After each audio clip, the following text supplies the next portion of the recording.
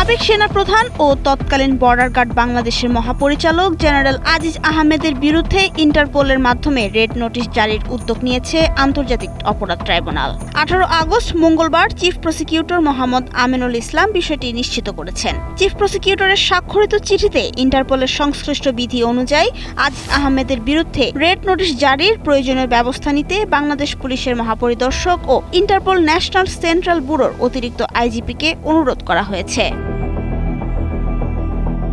2013 সালের 5 মে রাজধানীর মতিঝিলের শাপলা চত্বরে হেফাজতে ইসলামের সমাবেশে অভিযান এবং পরদিন নারায়ণগঞ্জের সিদ্ধিরগঞ্জে গুলির ঘটনায় মানবতা বিরোধী অপরাধের অভিযোগে করা মামলায় আজিজ আহমেদের বিরুদ্ধে এ পদক্ষেপ নেওয়া হচ্ছে। চিফ প্রসিকিউটর জানান, শাপলা চত্বরে সংঘটিত কাণ্ডের মামলায় কোনো পলাতক আসামিকে দেশে ফিরিয়ে এনে বিচারের মুখোমুখি করার ক্ষেত্রে এটি প্রথম ইন্টারপোল উদ্যোগ। তাদের তথ্য অনুযায়ী জেনারেল আজিজ আহমেদ মধ্যপ্রাচ্য বা অন্য কোনো দেশে অবস্থান করছেন।